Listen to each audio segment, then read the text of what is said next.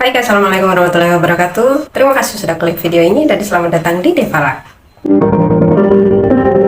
Pada kesempatan kali ini kita akan membahas sebuah pertemanan yang sangat-sangat viral akhir-akhir ini, yang menyangkut sebuah kasus pembunuhan yang sangat viral di jagat maya, yang korbannya dibuang di bawah tol Becakayu, Bekasi. Sebelum kita masuk ke kronologi pembunuhannya, kita akan mencari tahu siapakah Rudolf ini dan siapa juga korbannya. Bagaimana latar belakang mereka berdua dan bagaimana juga mereka bisa saling mengenal.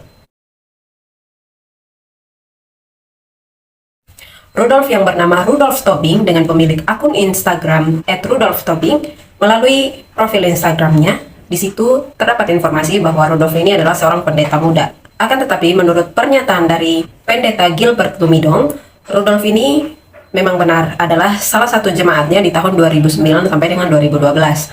Rudolf juga pernah menjadi pemuda gereja di tahun itu, akan tetapi setelah tahun 2012, Rudolf tidak lagi terlihat beraktivitas di gereja. Sehingga pendeta Gilbert Lumidong tidak bisa memastikan apakah benar Rudolf ini adalah seorang pendeta atau bukan. Namun, menurut pimpinan gereja GBP Kota Bogor, Charles Fedi, membenarkan bahwa Rudolf ini menjadi seorang pendeta di bulan Maret 2022. Dan dijadwalkan untuk berkhotbah 1 kali dalam 1 bulan. Akan tetapi 3 bulan terakhir ini Rudolf tidak lagi terlihat beraktivitas di gereja dengan alasan yang tidak ditahu.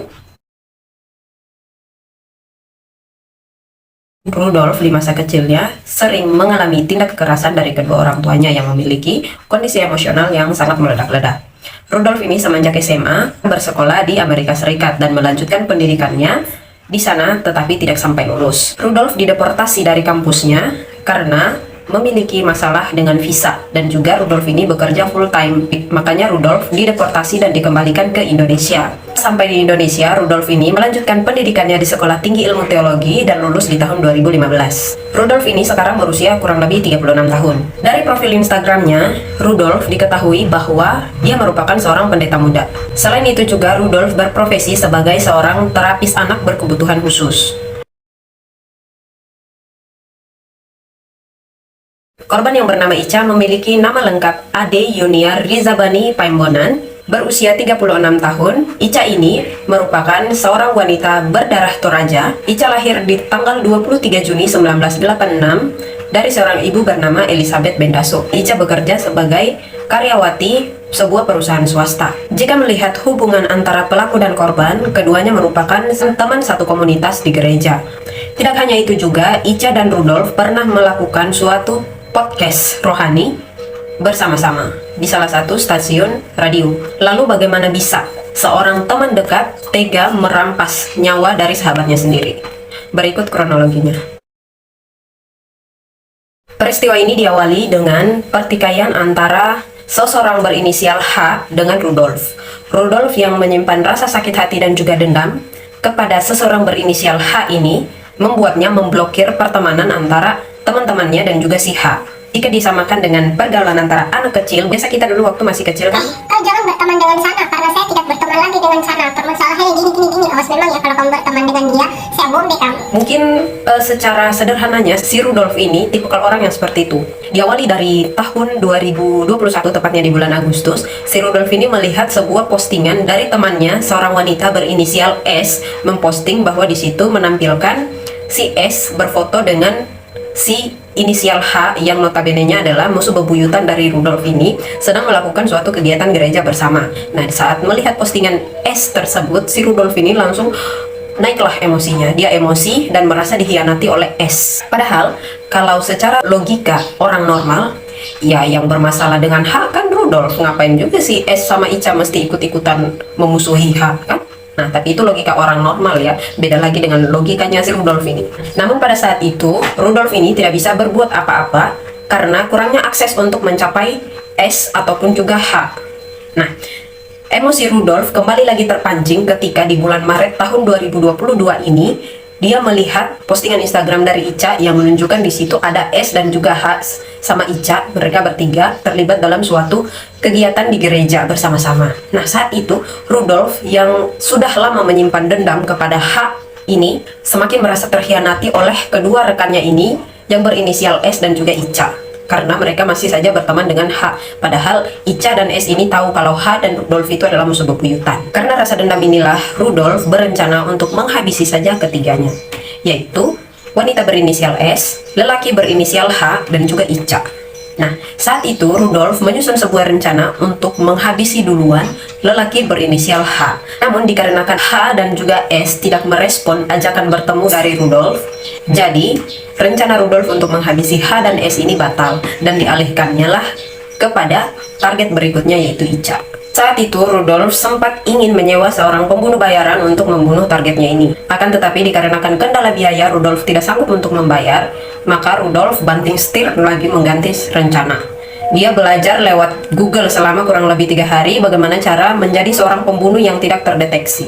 Pertama-tama Rudolf menyusun sebuah rencana untuk membuat prank podcast kepada Ica. Rudolf menyampaikan kepada Ica bahwa mereka akan membuat sebuah podcast rohani lagi, tetapi kali ini disponsori oleh sebuah kalung kesehatan.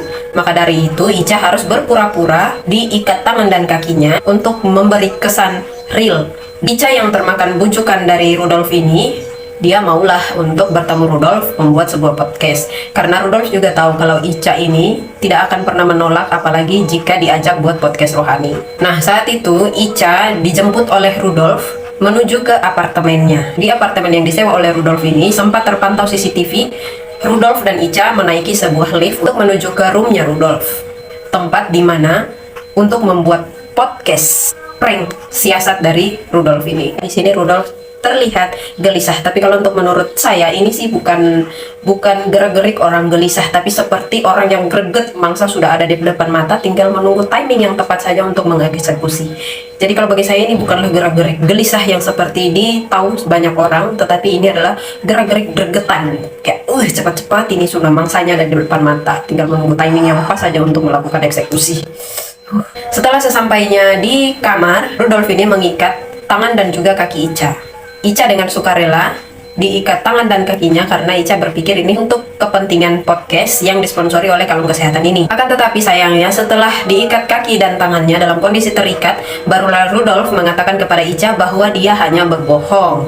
Saat itu Rudolf sempat mengatakan kepada Ica dia berada di kubunya siapa, di kubu H atau di kubu Rudolf. Di saat itu juga Ica menjawab bahwa dia berada di kubunya Rudolf. Akan tetapi Rudolf sedikit kurang tidak percaya dengan ucapannya Ica, sehingga Rudolf berkata kepada Ica, jika kamu mendukung saya untuk menghabisi nyawa H, kamu harus memberi saya sejumlah uang. Saat itu Rudolf mentransfer uang dari rekening Ica ke rekening Rudolf.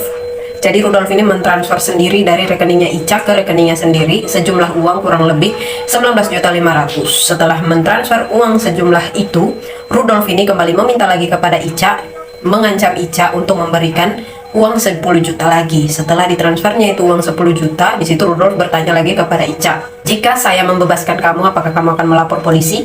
Ica bilang dia tidak akan memberitahukan masalah itu ke siapapun juga, dan juga dia tidak akan lapor polisi. Akan tetapi Rudolf ini sempat tidak percaya, sehingga dia langsung mencekik Ica hingga tewas.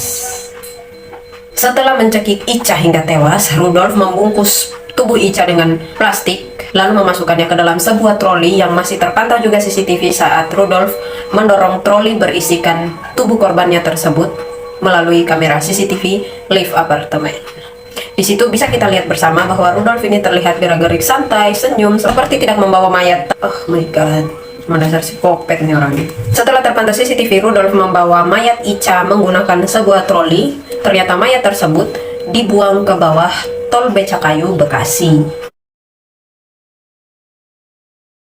Dan aksi pembunuhan ini terungkap di tanggal 18 Oktober 2022. Saat itu Rudolf hendak menggadaikan laptop dari Ica. Saat itu polisi langsung meringkus pelaku dan membawanya ke kantor polisi. Di dalam proses penyelidikan ini, Rudolf mengaku bahwa target pembunuhan yang sebenarnya dia targetkan ada 3 orang, yaitu seseorang berinisial H, seorang wanita berinisial S, dan sekarang targetnya yang baru tercapai adalah Ica. Nah, bagi Rudolf, Ica ini adalah target yang paling lemah karena Ica tiap kali diajak untuk podcast rohani tidak mungkin menolak. Sementara 2 target lainnya, si H dan S ini susah untuk dia capai karena keduanya tidak merespon ajakan bertemu dari Rudolf. Bagus sih kalau nggak direspon, soalnya kalau direspon bahaya kan, bisa diskon nyawa juga tuh.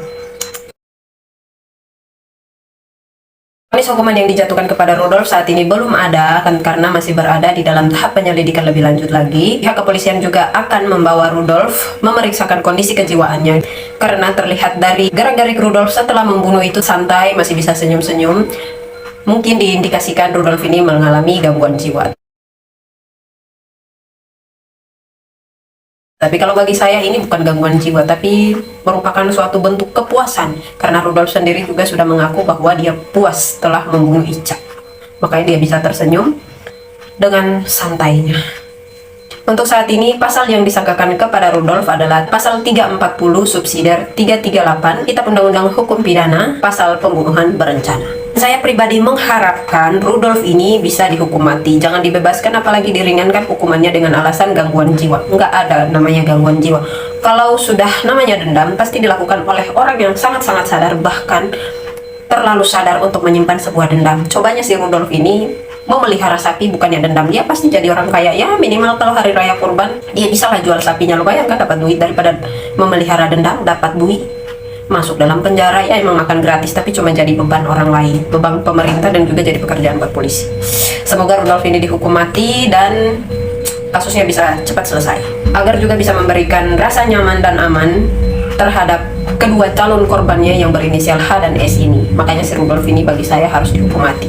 Lagi pula pendeta macam mana yang katanya mengajarkan kasih sayang, akan tetapi justru mendiskon nyawa sahabatnya sendiri.